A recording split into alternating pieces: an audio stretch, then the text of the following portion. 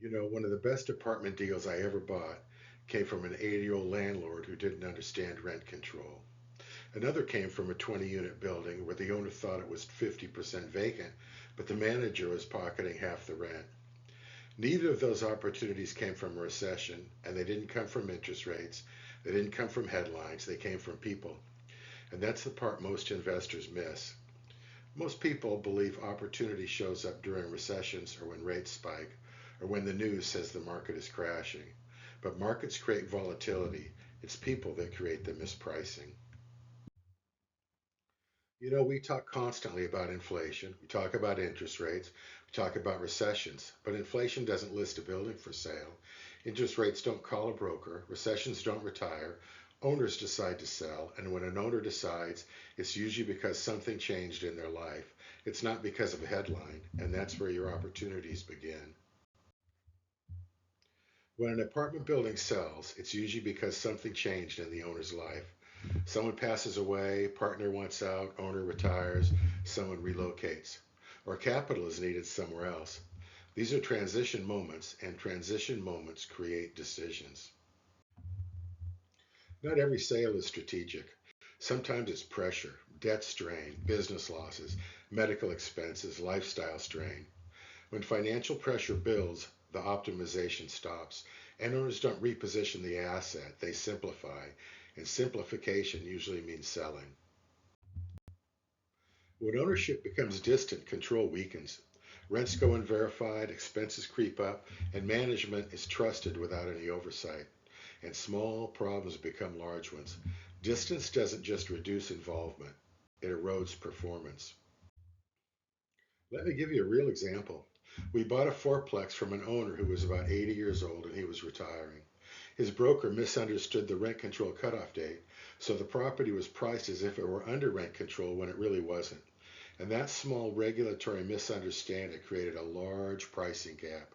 We improved the management, we held it about 2 years, and we exchanged it into a 10-unit building.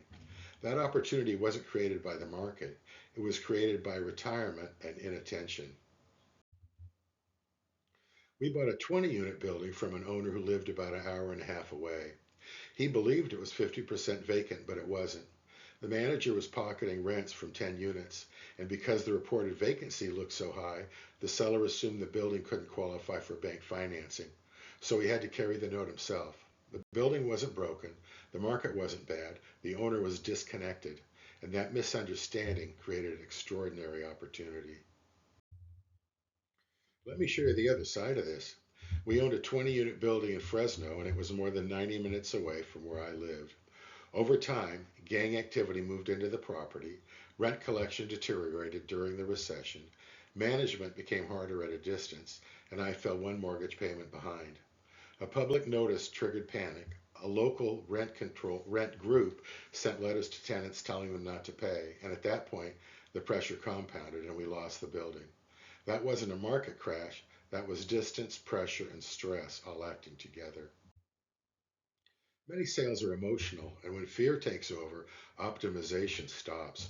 Owners stop repositioning, they stop improving, they stop waiting for a better outcome. They just want certainty. And when certainty becomes more important than optimization, prices compress. Income property value isn't abstract, it's operational. If rents fall behind the market, the value declines. If expenses aren't controlled, value declines. If management isn't supervised, the performance drifts. Small operational decisions compound into larger valuation gaps. Operations either create value or they quietly destroy it. Here's the part most investors don't say out loud. You'll be on both sides of this. Sometimes you'll recognize opportunity, sometimes you'll be under pressure. And the difference isn't intelligence, it's discipline, it's proximity, and it's operational control.